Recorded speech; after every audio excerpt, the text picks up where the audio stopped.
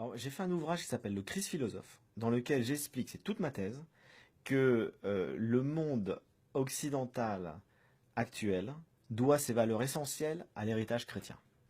Les valeurs essentielles, c'est quoi? Les valeurs essentielles, ce sont les droits de l'homme, c'est la liberté d'expression, c'est la liberté de conscience, c'est la démocratie, c'est la liberté de croyance, c'est la fraternité, c'est bon. Et toutes ces valeurs-là, qui fait qu'on serait tous demain à manifester dans la rue si on supprimait la liberté de conscience ou d'expression ou la démocratie, on a complètement perdu de vue que si elles sont nées en Europe, dans un premier temps, avant d'aller aux États-Unis, si elles sont nées en Europe, c'est pas un hasard. Parce qu'elles auraient très bien pu naître dans l'Empire ottoman, en Chine. Ben non, c'est apparu en Europe. C'est apparu en Europe parce que l'Europe avait des racines chrétiennes, était enracinée dans une pensée, une épistémée chrétienne.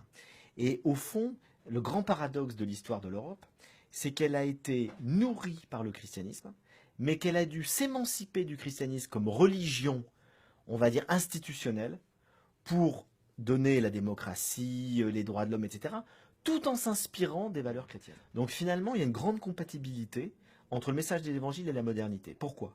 Parce que le propre de la modernité, c'est l'émancipation de l'individu par rapport au groupe. C'est tout le travail du monde moderne. C'est ce qui fait la différence entre la modernité occidentale et le reste du monde. C'est que dans le reste du monde, un individu fait partie d'un groupe. Il fait partie d'une nation, il fait partie d'une tribu, d'un village. Il n'existe pas vraiment en tant qu'individu.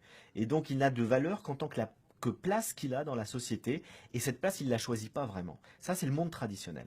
Dans le monde moderne, on a émancipé, on a libéré l'individu, il devient libre de ses choix de vie, il choisit quel métier il veut faire, où est-ce qu'il veut travailler, qui il va épouser, comment il va vivre sa sexualité. Ça, c'est une révolution dans l'histoire de l'humanité. C'est le propre de la modernité. Or, quel est le propre du christianisme, c'est-à-dire de l'évangile, on va dire, du message de l'évangile, pas de l'histoire du christianisme, qui a trahi les évangiles. Mais quel est le propre des évangiles? C'est que Jésus émancipe l'individu par rapport au groupe. Il montre que ce qui compte, c'est la valeur que chaque individu va donner à sa vie en étant sincère. Ce qui compte, c'est l'intention. C'est pas de faire les rituels. Et donc, il va s'opposer en permanence à tous les religieux qu'on appelle dans les évangiles les pharisiens, qui disent que pour plaire à Dieu, il faut manger cachère, il faut se laver les mains, il faut respecter les règles du pur et de l'impur. Et Jésus fait complètement exploser toute la loi juive en montrant que ce qui compte pour plaire à Dieu, c'est pas de respecter la loi, c'est pas de respecter les rituels. Tout ça, c'est très bien, mais il y a beaucoup plus important, c'est ce qu'on a dans le cœur. Et il dit, tout est pur pour les purs. Celui qui a un cœur pur, il n'a pas besoin de se laver les mains, il n'a pas besoin de pratiquer le Shabbat, il n'a pas besoin il peut toucher une prostituée, ça n'a aucune importance. Et donc ce qui compte, c'est la pureté du cœur, c'est l'intention et c'est la qualité de vie qu'on va avoir, les choix éthiques qu'on va faire.